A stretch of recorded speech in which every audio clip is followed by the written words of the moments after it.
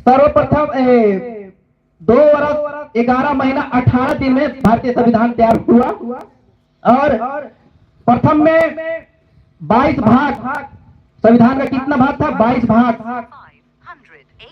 मूल संविधान में 22 भाग था, अभी फिलहाल 25 भाग हो चुका है और 8 अनुसूचियां थी, 8 अनुसूचियां थी।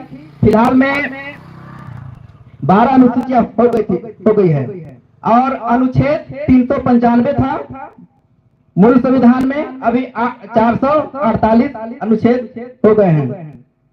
तो इस प्रकार से भारतीय संविधान का निर्माण हुआ और सभी लोगों को भारतीय संविधान के बारे में जानने की जरूरी है, आवश्यकता है। तभी जब तक हम अपने हक अधिकार के बारे में नहीं जानेंगे तब तक लड़ाई नहीं कर पाएंगे। क्योंकि उदाहरण के लिए मैं बताना चाहूंगा कि यदि सामने वाला को पता नहीं रहेगा कि वो मेरा संपत्ति है या मेरा सामान है या मेरा वस्तु है, तब तक वह उस पर हक अधिकार नहीं जमाता है, दावे के साथ लड़ाई नहीं कर पाता है। ठीक उसी प्रकार जब तक हम अपने संविधान हक अधिकार को नहीं जानेंगे तब तक दावे के साथ किसी पर दावा नहीं ठोक सकते हैं।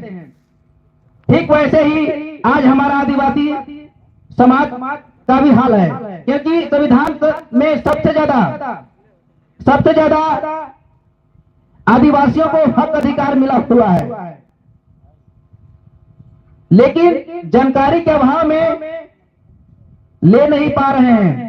मिलने के बावजूद भी कुछ चालाक लोग जो शासन सत्ता के वर्चस्व में हैं, उन लोग उसको लागू नहीं किया गया है। जबकि यदि मानवता और भाईचारे के नाते देखा जाए तो जो संविधान में हक मिला है उसको, जिसको जितना हक मिला है उसको दे देना चाहिए था, लेकिन आज तक नहीं दिया है। और आज जैसे आदिवासी समाज जैसे जैसे जागरूकता हो रहा है, हमारे ST SC OBC समाज जागरूक हो रहे हैं और संविधान को बदलने, कमजोर करने की बात आ रही है, खत्म करने की बात आ रही है।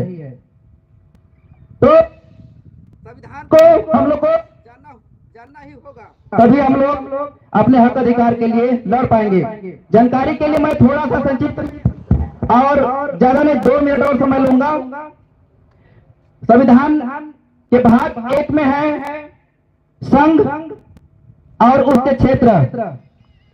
संविधान के भाग 2 में है मूल अधिकार। इसमें अधिकार के बारे में बताया गया है कि भारत के नागरिक का क्या अधिकार है, क्या राइट है।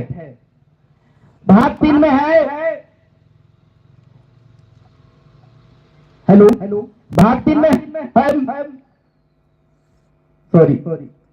भाग 1 में है राज्य संघ का क्षेत्र, संघ का क्षेत्र।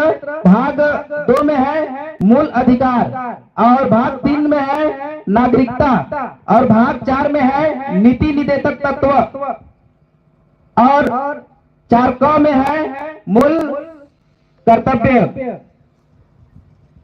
और भाग 5 में है राज्य, मतलब राज्य के बारे में बताया गया है। भाग 6 में संघ यानी पूरे देश के बारे में बताया गया है और भाग 7 विलोपित कर दिया गया है और भाग 8 में संघ और राज्य के क्षेत्र। भाग 9 में है पंचायत। भाग 9 में क्या है? पंचायत के बारे में बताया गया है। भाग 9 में नगर पालिका के बारे में बताया गया है और भाग 9 में सोसाइटी समिति के बारे में बताया गया है और भाग 10 में संविधान के भाग 10 में अनुसूचित जाति और अनुसूचित जनजाति के बारे में बताया गया है, उसके बारे में लिखा गया, अधिकार दिया गया है।